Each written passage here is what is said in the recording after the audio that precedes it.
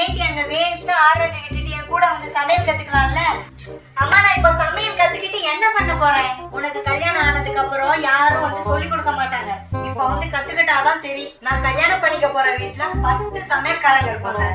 எனக்கு அதை பத்தி கவலையே இல்ல.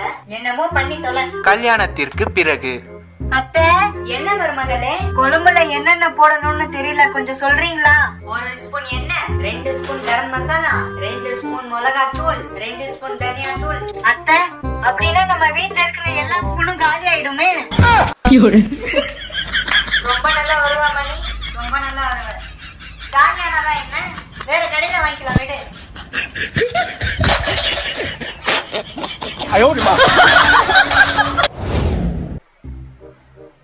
ஆண்டி, உங்க வயிறு எதுக்கு பெருசா குண்டா இருக்கு? செல்லம், இதுக்குள்ள உங்கள மாதிரியே ஒரு சின்னதா பேபி இருக்கு. என்ன மாதிரியா? நல்ல பேபியா? உங்கள மாதிரி ரொம்ப நல்ல பேபி, அப்புறம் குட் பேபியும் கூட. அப்போ எதுக்கு அந்த பேபிய முழுங்கிட்டீங்க?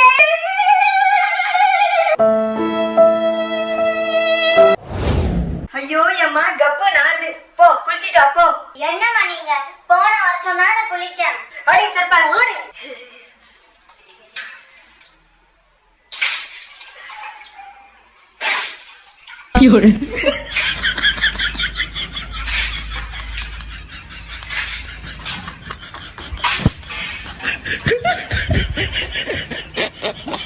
அம்மா நான் குளிச்சிட்டேன்.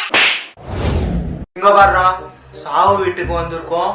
எந்த ஒரு சிலுமிஷமும் பண்ணாம சைலண்டா உட்காரணும், சரியா? சரிப்பா, வா.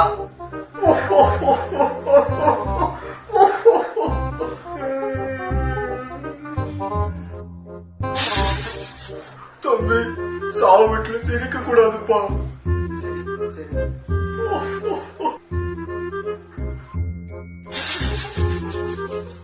தம்பி, சிரிக்க கூடாதுப்பா.